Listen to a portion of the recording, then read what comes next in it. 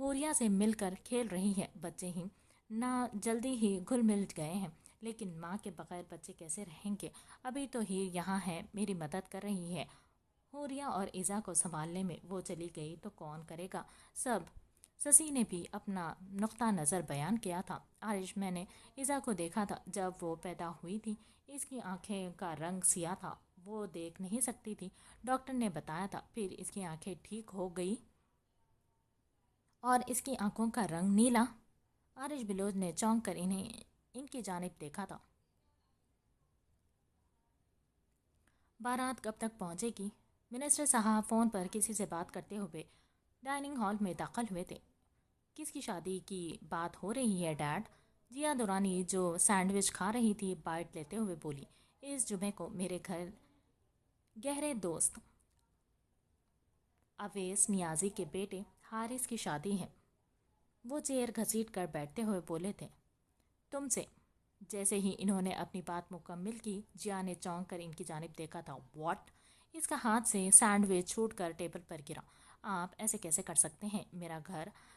میرا گہرا دوست اویس اور اس کا بیٹا حارث تمہیں اور تمہاری بدتمیزیاں سب کچھ اچھے طرح سے جانتا ہے. سب بتا دیا ہے انہیں تمہارے بارے میں، اور کل تم سے زیادہ اس بات کو ریئلائز کرو گی کہ لائف میں پیار نہیں بلکہ سوسائٹی، اسٹینڈرڈ اور کلاس سب سے زیادہ میٹر کرتی ہے. دعائیں دو گی مجھے. کیسے لوگ میں رشتہ کیا ہے تمہارا؟ ڈیڈ، مگر میں تاشاب سے محبت کرتی ہوں. وہ بھی انجینئر بن چکا ہے، میری ذمہ داریاں اٹھا سکتا ہے. میری بات تو سنے ڈیڈ. وہ اس کی بات کا جواب دیتے بنا لمبے لمبے ڈگ بھرتے ہوئے باہر نکل گئے تھے. وہ اپنا سر دونوں ہاتھوں میں تھامے وہیں چیئر پر ڈھیسی گئی تھی. ہوائی سفر کے بعد جدہ ایئرپورٹ پر اترتے ہی براق کی آنکھیں خیرہ ہو گئی تھی. اس وقت رات کے 11 بج رہے تھے. اللہ تعالیٰ آپ کے بے پایا فضل و کرم اور نبی پاک صلی اللہ علیہ وسلم کی نظر التفات سے صدقے اس بندے گناہگار کو پہلی بار عمرہ مبارک کی سعادت نصیب ہوئی ہے. انا کے لب و نظر ساکت تھی مگر دل خود سے ہم کلام تھا. براق کی نیلی آنکھیں اس پاک جگہ کو حیرانگی سے دیکھ رہی تھی، جہاں رات کے اس وقت بھی روشنیوں کی اتنی چکا چوند کے رات پر بھی دن کا گما ہو رہا تھا. وہ ایک ساتھ حرم شریف کی جانب چل پڑے تھے. آج ہم قادر مطلق کی اس بارگاہ میں حاضر ہو رہے ہیں جس کا کوئی شریک نہیں، جو بزرگ و برتر ہے، جس کے آگے شہنشاہ و گدا سب سجدہ ریز ہوتے ہیں. اس عظیم بارگاہ میں حاضری کی سعادت ملنے پر دونوں کی آنکھیں احساسات تشکر سے بے اختیار اشکبار ہو رہی تھی. اللہ تعالیٰ سب کہتے ہیں کہ خانہ کعبہ پر پہلی نظر پڑتے ہی جو دعا مانگے جائے وہ قبول ہوتی ہیں. دیکھیں نا میں کتنی گنہگار ہوں، یہاں پر اپنا ناپاک وجود لے کر آ تو گئی ہوں مگر آپ کے پاکیزہ گھر کو دیکھ نہیں پا رہی. شاید یہی میری سزا ہے کہ میں اس پاک گھر کو دیکھنے سے محروم رہوں. یا اللہ مجھے کفارہ کا ایک موقع دے دے. تو سمندر کے جھاگ جتنے گناہ بھی ایک توبہ پر معاف کر دیتا ہے. مجھے بھی بخش دے، مجھے سکون نصیب کر دے. آنسو ٹوٹ کر لڑیوں کی مانند اس کی ہتھیلیوں میں جذب ہونے لگے تھے. اس کا سر جھکا ہوا تھا. لڑکھڑاتی زبان دعا کے لیے بلند ہوتی آوازیں، آنسو بہاتی ہوئی بے نظر آنکھیں، خشیت اعلیٰ سے معمور دل اور شفاعت کے لیے پاکیزہ خیالات تھے. عمرے کے ساتھ چکر شروع کیے تو تھکن سے چور چور جسم میں اچانک کرنٹ سا دوڑ گیا. توانائی لوٹ آئی، جذبے بیدار ہو گئے، دل اللہ کی محبت سے معمور ہو گیا. وہ احرام باندھے خانہ کعبہ کے صحن میں کھڑی تھی. وہ سر اٹھائے بلند آواز میں کہنے لگی، لبیک اللہم لبیک، لبیک لا شریک لک لبیک، ان الحمد و النعمت لک والملک لا شریک لک. حاضر ہوں میرے اللہ، میں حاضر ہوں، تیرا کوئی شریک نہیں، میں حاضر ہوں. بے شک حمد و ثنا تیرے لیے ہے، نعمت تیری ہے، بادشاہی تیری ہے، کوئی تیرا شریک نہیں ہے. پوری وقت سے گونجتی ہوئی اس کی آواز خانہ کعبہ کے سکوت کو توڑ رہی تھی. اس کی کرب زدہ اللہ تعالیٰ کی محبت سے چور آواز دور تک پھیلی تھی۔ لبیک اللہم لبیک۔ ننگے پاؤں احرام میں ملبوس وہ اشک بار تھی۔ لبیک لا شریک لک لبیک۔ آواز میں اپنے گناہوں کی بخشش کی امید تھی۔ اپنے گناہوں کی بخشش کی امید تھی۔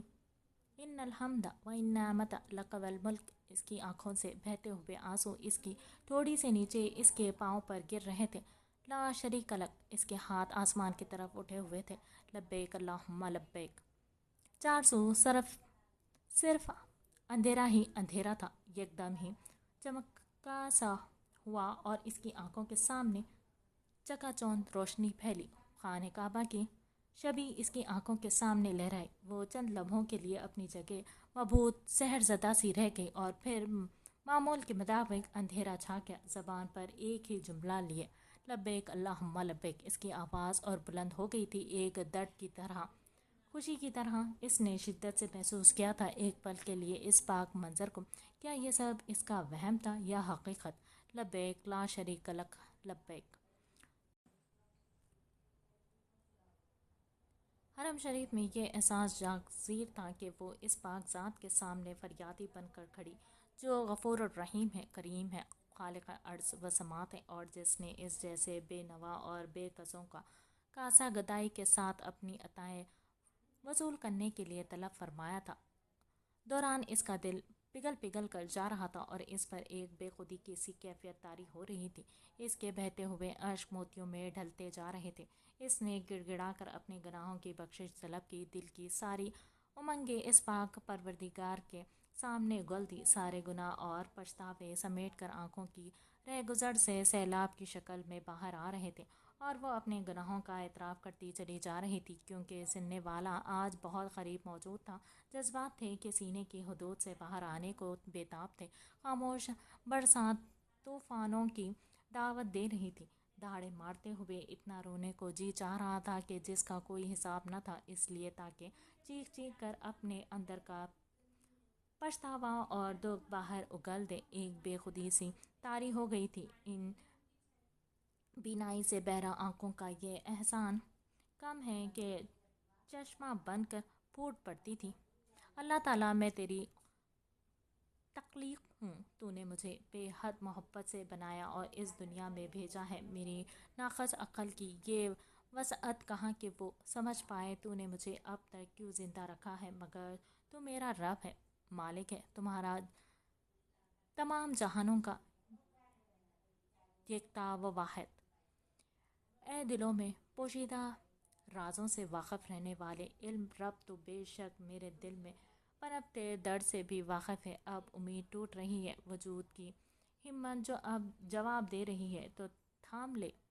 اے اللہ، سبحان قدرت والے، زخموں سے چھلنی ہے دل اور روح، تو اپنے کرم کا مرہم عطا کر دے۔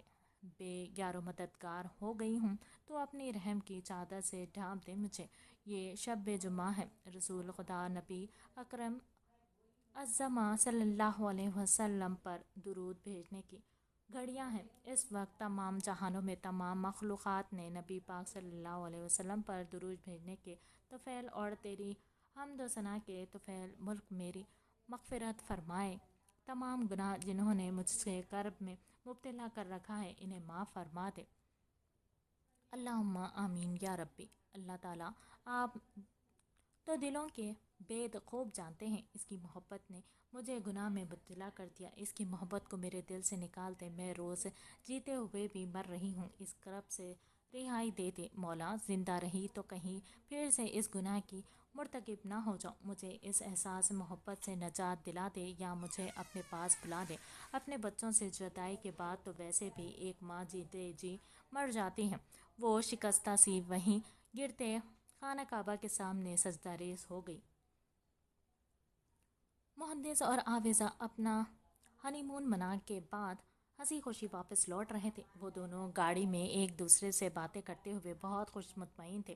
تبھی ایک ٹرک نے ان کی گاڑی کو ٹکر مار دی۔ ٹرک کا ڈرائیور 2 دنوں سے مسلسل ڈرائیونگ کر رہا تھا۔ اس پر اچانک نیند نے غالب حاصل کیا تھا اور اس کی گرفت اسٹیئرنگ پر ڈھیلی پڑ گئی تھی۔ جب تک وہ ہوش میں آتا اور ٹرک کو سنبھالتا محدث کی گاڑی کو زوردار ٹکر لگ چکی تھی۔ ان کی گاڑی پلٹ گئی اور گول گول گھومتے ہوئے نیچے ڈھلوان کی طرف گرنے لگی۔ فرنٹ مرر ایک چناکے کے آواز سے ٹوٹ گیا اور محدث جھٹکا کھاتے ہوئے باہر گرا، جبکہ آویزہ ابھی تک گاڑی میں پھنسی ہوئی تھی۔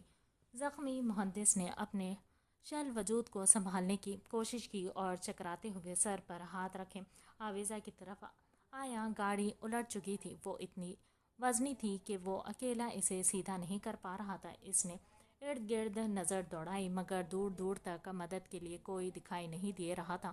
مجھے باہر نکالو محدث، میں مر جاؤں گی، میری کمر ٹوٹ رہی ہے۔ آویزہ کی کرب زدہ چیخ اسے سنائی دی تو اس کے اعصاب جھنجھلا اٹھے تھے۔ آویزہ وہ جھکا اور اندر جھانکنے لگا، ہاتھ بڑھا کر اسے باہر نکالنے کی کوشش کی مگر اس کی ٹانگیں گاڑی میں پھنس چکی تھیں۔ وہ اس کی حالت دیکھ کر بوکھلا گیا تھا اور جلدی سے پاکٹ سے ٹٹول کر موبائل نکالا اور کپکپاتے ہوئے ہاتھوں سے مدد کے لیے کسی کو کال کرنے لگا۔ رات کو وہ دونوں وہاں ایک ہوٹل میں آ گئے تھے جہاں رکے تھے۔ براق اپنے کمرے میں جا چکا تھا اور وہ تنہا اپنے کمرے میں تھی۔ نیند اس کی آنکھوں سے کوسوں دور تھی۔ وہ عزا اور آذر کو یاد کرتی رہی، نہ جانے وہ کیسے ہوں گے، کچھ کھایا پیا ہوگا کیا نہیں، کیسے سوئے ہوں گے، کپڑے بدلے بھی ہوں گے کیا نہیں، دودھ پیا ہوگا یا نہیں۔ انہیں سوچنوں میں گم تھی کہ تہجد کی اذان نے اس کی سماعتوں میں رس گھولا تو اس کے قدم اپنے آپ ہی باہر کی جانب اٹھنے لگے۔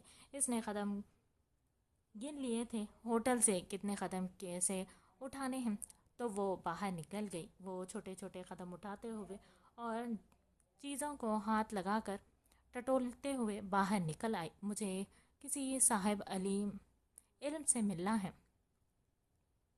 مجھے کسی صاحب علم سے ملنا ہے، اس کی قربت، اس کی قریب کوئی گزرا تو اس نے اس انسان سے منت بھرے انداز میں کہا، آئیے آپ میرے ساتھ۔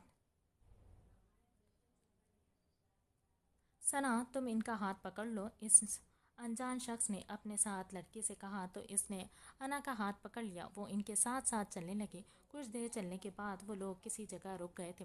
انہوں نے آپ سے کچھ بات کرنی ہے، اس شخص نے کسی سے کہا، آپ بات کریں ہم چلتے ہیں۔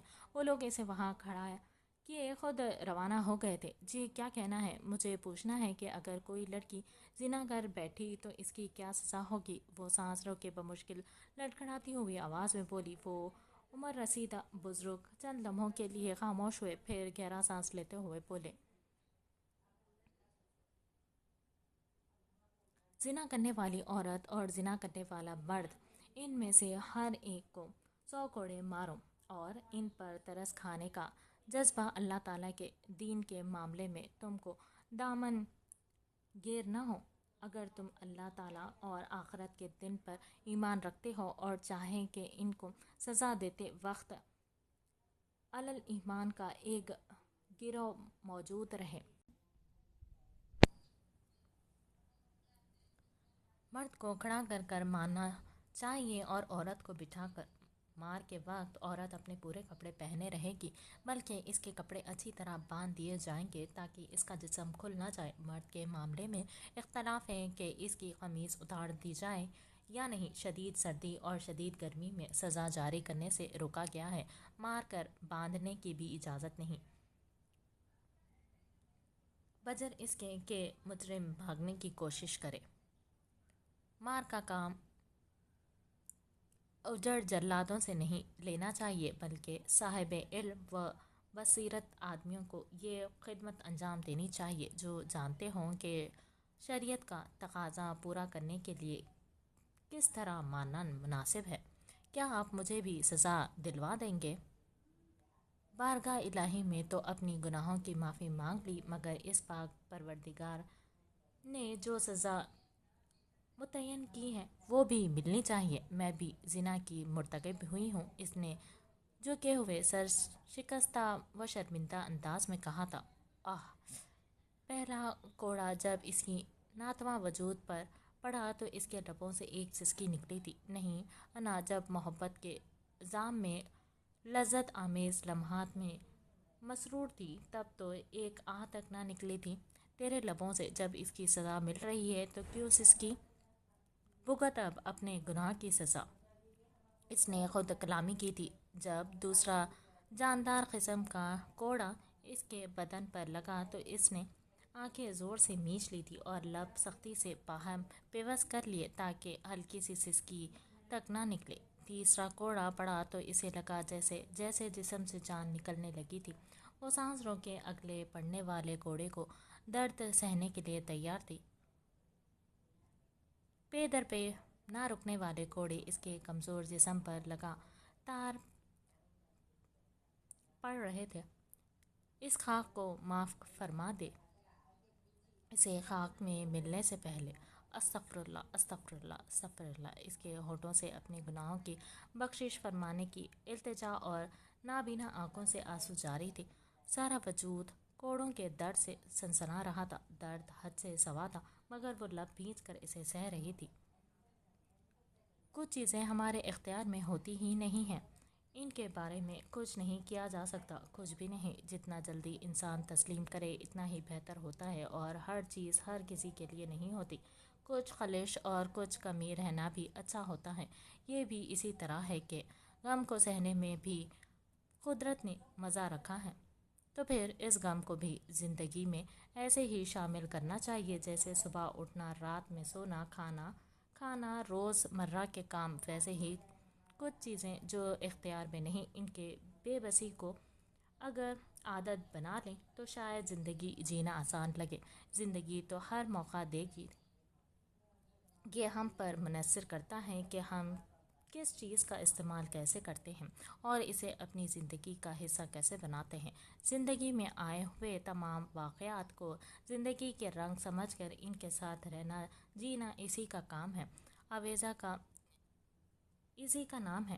آویزہ کا علاج چل رہا تھا، اس کی ریڑھ کی ہڈی انفیکٹ ہوئی تھی۔ ڈاکٹر نے انہیں صاف صاف بتا دیا تھا کہ آویزہ آپریشن کے بعد ٹھیک سے چلنے پھرنے تو لگے گی لیکن وہ کبھی بچہ پیدا نہیں کر سکے گی۔ تب سے آویزہ یہ خبر سن کر خاموش ہو گئی تھی۔ مہندس کی چوٹیں اب کافی بہتر تھی۔ وہ آہستگی سے چلتے ہوئے اس کے قریب آ بیٹھا تھا۔ تمہیں کیا لگتا ہے جو لوگ آپ کو امید کا سرا تھماتے ہیں، جو آپ کی ہمت باندھتے ہیں، جو ہمیشہ آپ کو صبر کی تلقین کرتے ہیں، جو آپ کو ریمائنڈ کرواتے ہیں کہ ایک دن سب ٹھیک ہو جائے گا، وہ کبھی نہیں ٹوٹتے، ان کے پیر کبھی اپنے سفر کی تھکان سے نہیں ڈگمگاتے، ان کو تکلیف نہیں ہوتی۔ آویزہ جو حوصلہ دیتے ہیں ان کو بھی کندھے کی ضرورت پڑتی ہے، ایک امید کی تھپکی کی ضرورت پڑتی ہے، ایک نرمی سے مسکراہٹ کی جو ان کو بتائے سب ٹھیک ہو جائے گا۔ سب کی زندگی میں کچھ نہ کچھ مشکل ضرور آتی ہے۔ آپ نہیں جانتے جو آپ کے سامنے ہنس رہا ہے وہ نہ جانے اس خدا کے سامنے بیٹھ کر کتنی دیر روتا ہوگا۔ انجانے میں بھی دل دکھایا ہو تو اس سے معافی مانگ لو، کیا پتا وہ تمہیں معاف انجانے میں بھی دل دکھایا ہو تو اس سے معافی مانگ لو، کیا پتا وہ تمہیں معاف کر دے اور بدلے میں دعا دے۔ اگر کوئی ایک دعا آپ کو دے تو آپ بدلے میں اس کے لیے بھی خدا کے روبرو دعا کر دیں۔ یقین کرو کیا پتا آپ کی چھوٹی سی دعا سامنے والے کا نہ جانے کون سا مسئلہ حل کر دے۔